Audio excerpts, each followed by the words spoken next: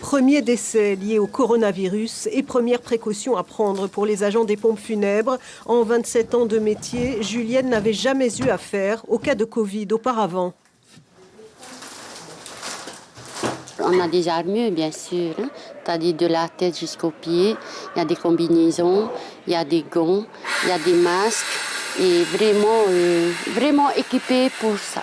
Le défunt ne bénéficie d'aucun soin funéraire ni de toilette mortuaire, tout juste un drap imbibé d'eau de javel. Le corps est déposé dans une housse avec une mise en bière immédiate et une fermeture du cercueil sans présentation à la famille. Et c'est bien ce dernier point qui, pour Julienne, est le plus délicat à gérer. Police municipale et gendarmes font partie de la procédure. On joue aussi le rôle de psychiatre ou de la psychologue pour aider justement à comprendre dans quelle situation ils sont là aujourd'hui dans le cas du Covid.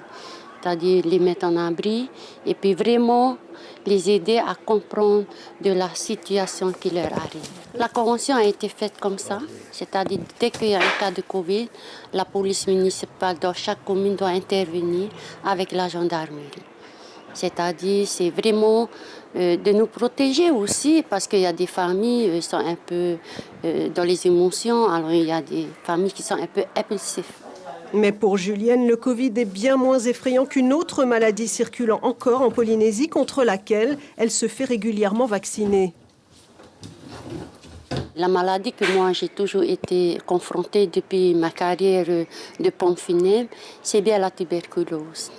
C'est vraiment un cas pour moi dangereux en premier lieu pour moi personnellement et c'est un cas vraiment contagieux. Le funéraire, un métier à risque pour les 14 opérateurs de pompes funèbres du territoire.